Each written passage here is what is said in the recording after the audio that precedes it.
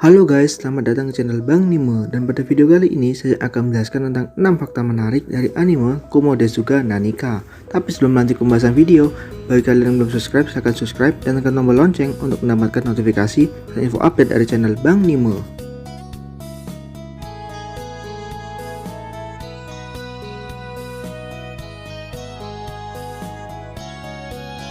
Number 6. Memiliki MC non-manusia yang bahkan sebelum reinkarnasi bukanlah manusia.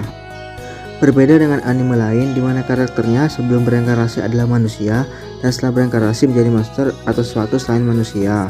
Seperti anime Tensura di mana karakter utamanya sebelum bereinkarnasi adalah seorang manusia bernama Mikami Satoru dan setelah bereinkarnasi dia menjadi ras slime bernama Rimuru Tempest.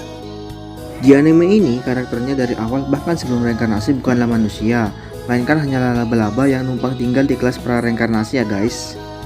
Ketika ledakan itu terjadi dan menewaskan para murid serta laba-laba itu, dewa yang bertanggung jawab atas kejadian itu mengumpulkan jiwa mereka dan mereinkarnasikan mereka ke dunia lain. Tapi agar keberadaannya tidak diketahui oleh dewa yang lain, dia membuat laba-laba di kelas itu menggantikan dirinya dengan memberikan dia sedikit dari jiwa dan ingatannya sebagai murid bernama Wakabahiro untuk menggantikannya agar dia dapat mengecoh dewa yang lain, agar berpikir bahwa Wakabahiro memang ada dan ikut bereinkarnasi ke dunia lain, sehingga dewa tersebut dapat terus membolos. Oh ya, buat tambahan, alasan kenapa terjadi ledakan di kelas itu dikarenakan ledakan itu aslinya untuk membunuh Di, salah seorang dewa yang berpura-pura menjadi murid SMA bernama Wakabahiro. Tapi dikarenakan ledakan itu tidak terkendali, jadi itu menewaskan semua orang di kelas itu. Walau ledakan itu masih bisa mencari di mana keberadaan Di.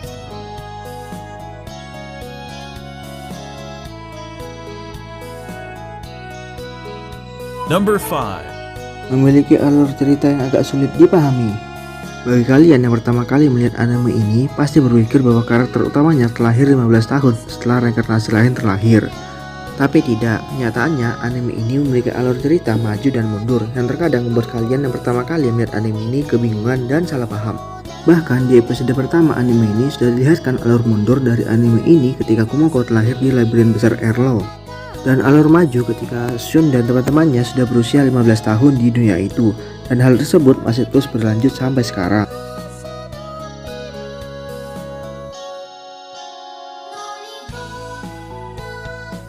Number 4. Cerita yang dibuat dari sudut pandang yang berbeda-beda. Hal menarik lain dari anime ini adalah ceritanya yang dibuat bukan hanya dari sudut pandang tokoh utama, tapi dari berbagai macam sudut pandang tokoh yang lain yang membuat anime ini sangat menarik untuk ditonton. Dan sejauh ini sudah ditunjukkan di animenya berbagai macam sudut pandang. Salah satunya adalah sudut pandang Kumoko yang menjelaskan tentang kehidupannya untuk bertahan hidup di dunia itu. Sudut pandang para reinkarnasi ketika menjalani hidup mereka di dunia lain. Sudut pandang Balto yang curiga terhadap latar belakang Shiraori dan Guilo saat pertemuan Dewan Raja Iblis, walau di animenya tidak dimasukkan. Dan sudut pandang Ronan saat pertemuannya dengan Kumoko, atau dikenal dengan The Nightmare of the Labyrinth, walau di mangganya bukan dari sudut pandang Ronan, tapi dari sudut pandang Burimis. Dan di mangganya juga ditunjukkan sudut pandang Kumoko ketika bertemu dengan Ronan dan pasukannya. Dari sudut pandangnya, para prajurit itu yang menyerang Kumoko dulu, lalu Kumoko menggunakan kemampuan mata jahatnya untuk menakuti mereka, tapi malah membuat mereka mati.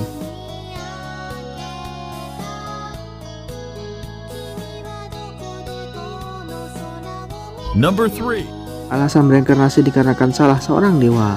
Alasan kenapa Kumoko dan para reinkarnasi lain mati itu dikarenakan ledakan yang terjadi di kelas mereka ya guys, yang tujuannya untuk membunuh Di.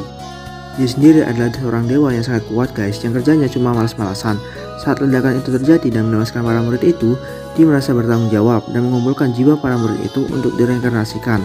Tapi jangan salah paham ya, tanggung jawab Di itu hanya tanggung jawab karena mereka mati guys, dan tanggung jawab itu akan terlepas asalkan mereka bisa hidup kembali, tidak peduli mereka bereinkarnasi seperti apa.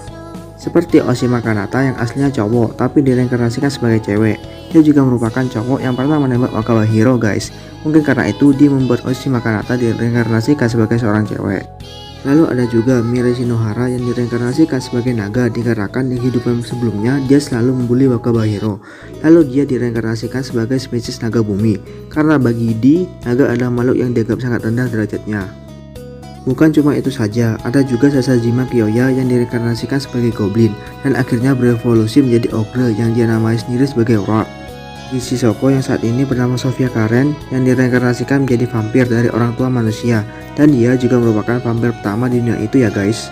Dan Miss Oka yang direinkarnasikan sebagai ras elf yang saat ini bernama Vilminos yang merupakan anak dari Potimas.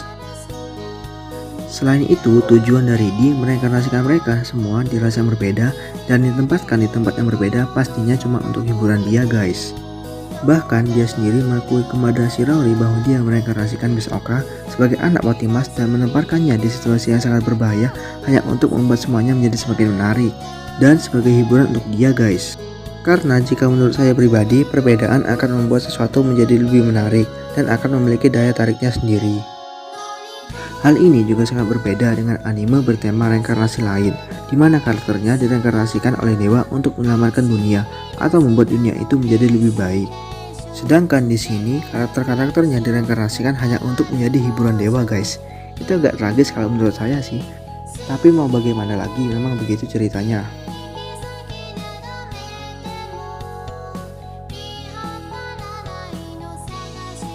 Number 2. Karakter utama yang sering membuat banyak masalah.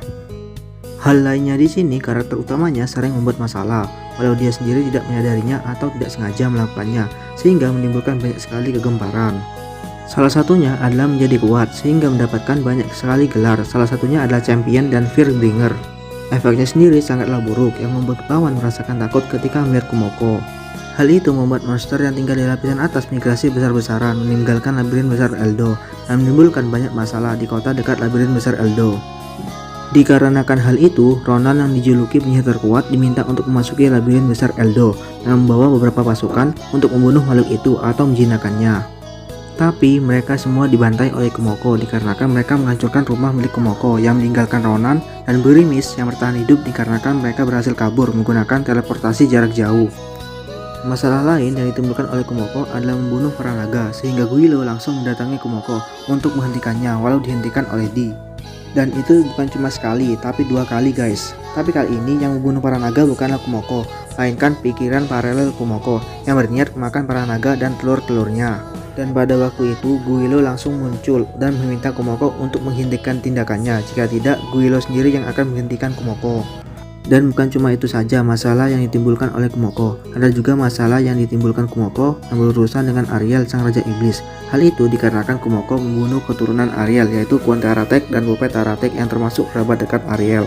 Dan juga Kumoko lah penyebab perang antara pemegang agama Dewi Sariel dan pemegang agama Firman Tuhan.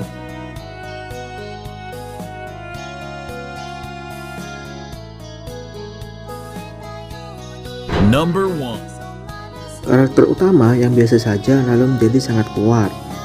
Setelah bereinkarnasi, Kumoko menjadi laba-laba yang bisa dibilang monster paling lemah di antara monster di labirin paling besar dan paling berbahaya di dunia itu, yaitu labirin besar Eldo. Di tempat itu, Kumoko terus bertarung bukan cuma untuk bertahan hidup, tapi untuk menjadi lebih kuat. Bahkan dia hampir mati berkali-kali di sana ketika bertarung melawan monster yang statusnya lebih tinggi darinya. Tapi berkat itu dia bisa menjadi sangat kuat, bahkan hanya dalam waktu yang cukup singkat dia mampu untuk menjadi makhluk yang sangat kuat di sana, sampai-sampai dia mendapatkan julukan The Nightmare of the Labyrinth. Dan bukan cuma itu saja, dalam waktu yang bisa dibilang cukup singkat, sekitar 3 tahun, dia bahkan mampu melampaui sistem dan menjadi ras dewa. Setelah menjadi dewa, dia menjadi guru sekaligus mentor dari Sofia dan Rod. Dia menekankan pada mereka bahwa status bukanlah segalanya dan mereka tidak boleh meremehkan orang yang ada di bawah mereka. Shiraori mungkin mengatakan itu dikarenakan pengalaman yang pernah dialami olehnya ketika menjadi Kumoko di labirin besar Eldo. Dia bertarung melawan musuh yang statusnya lebih tinggi dari dia, tapi dia berhasil memenangkannya dikarenakan dia menggunakan pemikiran dan rencana yang matang untuk melawan mereka. Tapi ada juga waktu di mana Kumoko meremehkan musuhnya dan bertarung melawan musuhnya tanpa menyiapkan rencana apapun dikarenakan waktu itu statusnya lebih tinggi dari musuhnya. Tapi malah Kumoko sendiri yang kesulitan dan hampir mati dikarenakan musuhnya menggunakan banyak perangkap untuk melawan Kumoko.